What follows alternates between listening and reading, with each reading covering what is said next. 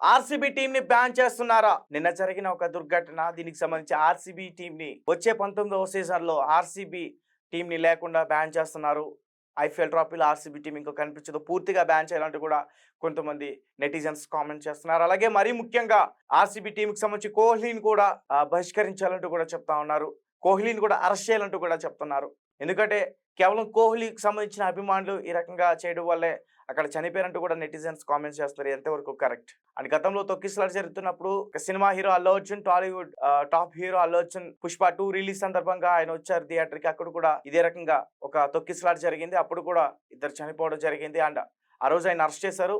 మరి పుష్పని అరెస్ట్ చేసినప్పుడు కోహ్లీని ఎందుకు అరెస్ట్ చేయారంటూ కూడా నెటిజన్స్ కామెంట్ చేసే ప్రయత్నం చేస్తున్నారు. నిజానికి ఆర్సీబీ టీం ని బ్యాన్ చేయాలా? మీరేమంటారు? విషయాన్ని మాకు ఖచ్చితంగా కామెంట్ రూపంలో తెలియపరచండి.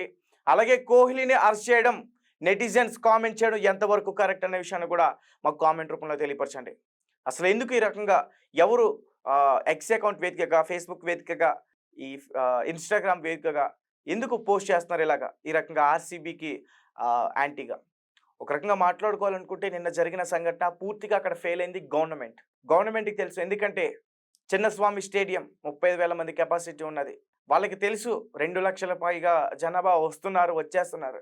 మరి అలాంటప్పుడు వాళ్ళు ఖచ్చితంగా అది రద్దు ప్రకటించారు. మళ్ళీ ప్రకటించిన తర్వాత మళ్ళీ ఎందుకు ఎలో చేశారు? సో దీనికి సంబంధించి ఖచ్చితంగా గవర్నమెంటే ఫెయిల్ అయిందని చెప్పాలి. అండ్ ఇప్పుడు ప్రస్తుతం కోహ్లీని చాలా మంది ట్రోల్ చేసే ప్రయత్నం చేస్తున్నారు. ఈ యొక్క అవార్డు చాలా ఇంకా కావాలా అంటూ కూడా చాలా మంది ట్రోల్ చేస్తున్నారు. 11 ప్రాణాలు తీసేసుకున్నది ఆర్సీబీ టీం అంటూ కూడా చాలా మంది ట్రోల్ చేసే ప్రయత్నం చేస్తూ ఉన్నారు.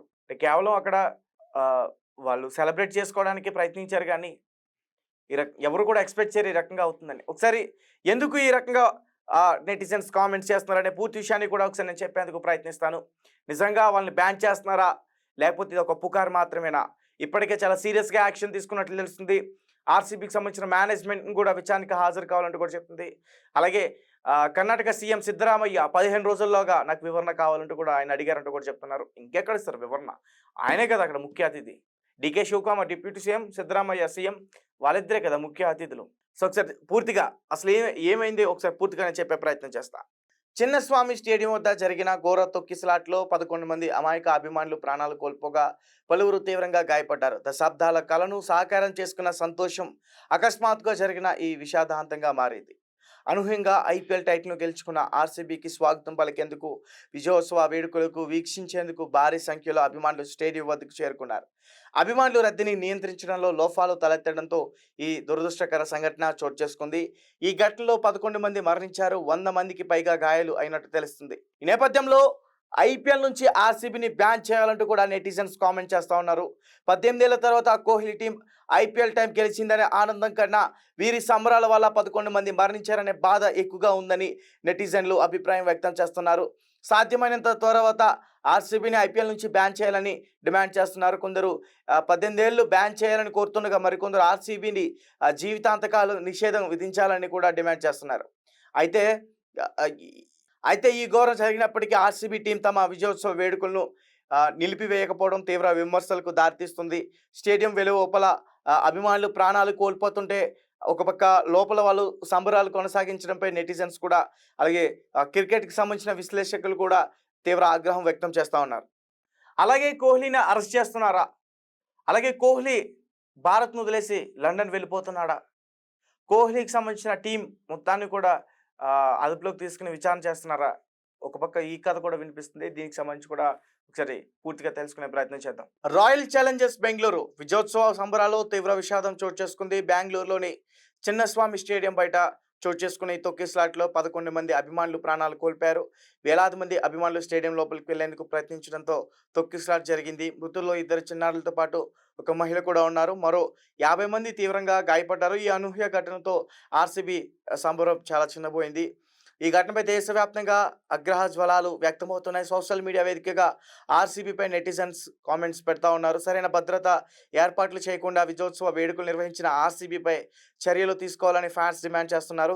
ఆర్సీబీని 2 ఏళ్ల పాటు విధించాలని కూడా కొంతమంది కోరే ప్రయత్నం చేస్తున్నారు. అలాగే ఒక పక్క కోహ్లీని అరెస్ట్ చేస్తారా? మరికొందరు ఈ ఘటనకి కోహ్లీనే బాధ్యుడని కోహ్లీని అరెస్ట్ చేయాలని డిమాండ్ చేస్తున్నారు. హైదరాబాద్లో పుష్ప సినిమా సందర్భంగా తొక్కిసలాట తొక్కిసలాటలో ఒకరు మరణిస్తే ఆ cinema hero Allu Arjun arrest చేశారని, ఇప్పుడు విరాట్ కోహ్లీని అరెస్ట్ చేసే దమ్ముందా అని ప్రశ్నిస్తున్నారు.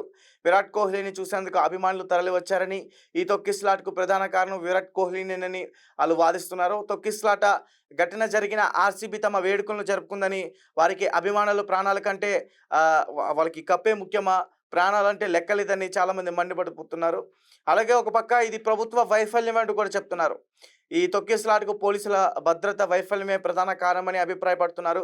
రాష్ట్ర ముఖ్యమంత్రి అధికారుల అత్యుత్సాహంతో ఈ వేడుకల్లో పాల్గొనడంతో పోలీసులు వారి చుట్టే భద్రత కల్పించారని, అభిమానులు భద్రతను పట్టించుకోలేదని ఆరోపిస్తున్నారు.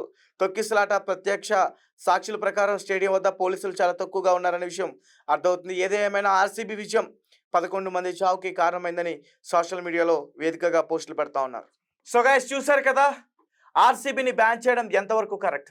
2 ఏళ్ళు నిజంగానే ఆర్సీబీ టీంని బ్యాన్ చేస్తున్నారా, లేకపోతే పూర్తిగా ఆర్సీబీ టీంని నిషేధిస్తున్నారా? అలాగే కోహ్లీని నిజంగానే అరెస్ట్ చేస్తారా? ఒకవేళ అరెస్ట్ చేస్తే సిచ్యువేషన్స్ ఎలా ఉంటాయి?